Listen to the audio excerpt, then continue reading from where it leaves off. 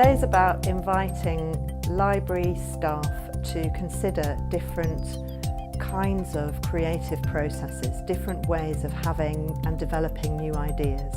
So we've invited them to encounter 4 different artists, each of whom has a different creative practice working in a different discipline, and to see the world through their eyes. I admired this girl for song, and I was addicted to her. She took a whole lot of my time in mere seconds. Creativity can come from anywhere and everywhere, but the focus today was on music. So it was about how do you draw creativity out of the music that you're listening to, out of those sounds. And it's then interpreting those emotions, feelings, thoughts, those images that you see in your imagination, interpreting those and putting those into words. Working with the librarians has been fun today, and the thing that I try and do is to go straight to the heart of the matter and go, okay, we're going to make dance. First of all, let's look at our environment and think, what does an artist do?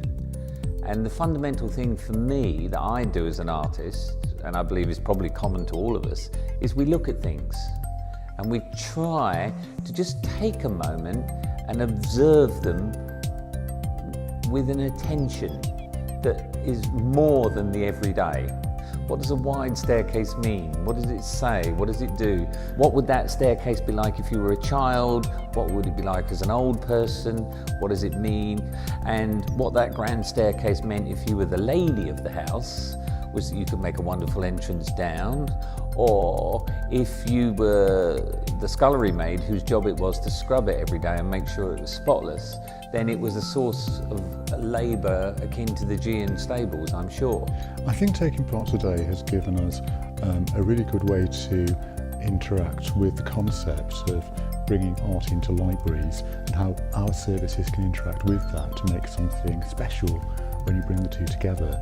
I think it's also made us think more by bringing us together and how we can work together as library staff across our authorities as well as with art partners. Libraries are more than about the contents of the books that are inside, and they are spaces that I think that library staff, librarians and people of the community is beginning to recognise are community spaces that can be used for creativity. It'd be great to reach a time when people are saying, oh, let's go down to the library to see what's happening today, and know it's a centre of sort of creative activity. In the workshop this morning, we were asked, each of us, to talk about something that actually inspires us.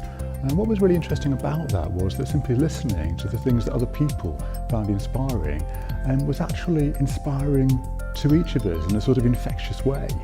And I think that also led us to think more about how individual communication through whatever art form can actually have that power upon us, and therefore how we could actually take that forward in developing services. Traditionally, we always think about authors, storytellers, creative writers, and I think to think about art in its widest sense and bringing in artists to work with us has given me a lot to think about. Today's been about looking at what creativity is really, and how creativity is about a process, and you're not the only person taking part in that process. There are other people participating and you're collaborating together, and that's been a bit of an eye-opener. There are no individual geniuses. Everybody has great talents, but most art is the product of a lot of help from everyone.